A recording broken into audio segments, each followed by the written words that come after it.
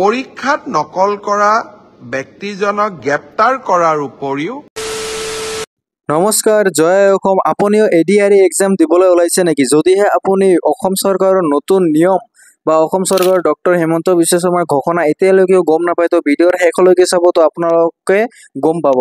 আৰু ADRE exam পৰীক্ষাৰ্থীসকলৰ বাবে বহুতো বৃহৎ ঘোষণা হয়, তো অৱশ্যই শেষলৈকে চাব। আৰু ভিডিঅ'খন হেল্পফুল হ'লে ভিডিঅ'খন লাইক কৰি চেনেলখন ছাবস্ক্ৰাইব কৰি দিব, আৰু কমেণ্টত আপুনি জনাই দিব যে ভিডিঅ'খন আগতে আপুনি পাইছিল নে নাই। তো বলক ভিডিঅ'খন আৰম্ভ কৰোঁ। 15 ছেপ্টেম্বৰত আমাৰ প্ৰথমটো ৰিক্ৰুইটমেণ্টৰ পৰীক্ষা আৰম্ভ হ'ব। 11 লাখ প্ৰাৰ্থী। পৰীক্ষা পতা সহজ নহয়। যোৱাবাৰ প্ৰাৰ্থী কম আছিল কাৰণে চেণ্টাৰ কম আছিল।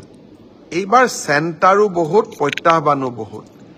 কালিৰ পৰা আমি প্ৰস্তুতি কৰিম যাতে পৰীক্ষা সুন্দৰ কৰি হয় আৰু পৰীক্ষা আমি যাতে সফলতাৰে পাৰ কৰিব পাৰোঁ। পৰীক্ষাত নকল কৰা বা পৰীক্ষাত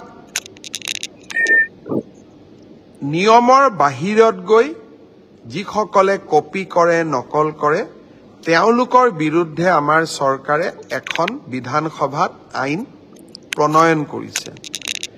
ইয়াৰ ফলত পৰীক্ষাত নকল কৰা ব্যক্তিজনক গ্ৰেপ্তাৰ কৰাৰ উপৰিও তেওঁৰ ঘৰুৱা সম্পত্তিসমূহো চৰকাৰে অধিগ্ৰহণ কৰাৰ এক ডাঙৰ ক্লজ এই আইনকেইখনত আছে। 2 দিনৰ ভিতৰতে আমি এই আইনখনৰ বিষয়েও বহুল প্ৰচাৰ কৰিম। মই আশা কৰিম মেধাৰ ভিত্তিত নিযুক্তি। বহুতে কয় মোৰ মেৰিট আছে কাৰণে মই চাকৰি পালোঁ। এতিয়া ফেশ্বনো এটা আছে যে আমি বিজেপিক কিয় ভোট দিব লাগে, আমিতো মেৰিট আছে কাৰণে চাকৰি পালোঁ। মই এটাই কথা ক'ম, মেৰিট আৰু মেৰিটৰ ভিত্তিত পৰীক্ষা পাতা এই পংকিলতাৰে ভৰা সমাজত ইমান সহজ নহয়। এক প্ৰকাৰ অহা কালি পৰহিৰ পৰা আমাৰ অফিচাৰসকলে ৰাতিয়ে দিনে কাম কৰিব লাগিব যাতে 15 ছেপ্টেম্বৰৰ পৰীক্ষা নিকা হয়। কিন্তু মুখ্যমন্ত্ৰী বা আন মন্ত্ৰীসকলে যদি বিচাৰে পৰীক্ষা নিকা হ'ব নালাগে, মোৰ মানুহে চাকৰি পাওক, তেতিয়াহ'লে সকলো কথা সহজ। ৭ৰ বিপৰীতে গৈ আমি কাম কৰিছোঁ। পৰীক্ষা নিকা হওক, আমাৰ মানুহে পাওক নাপাওক, মেধাৰ ভিত্তিত চাকৰি হওক। এই সংকল্পক সিদ্ধিলৈ ৰূপান্তৰ কৰা এটা অতি কঠিন কাম।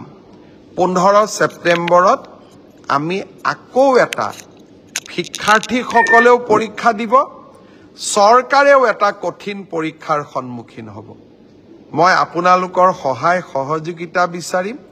আমি কেইবাটাও টেলিফোন নম্বৰ দিম।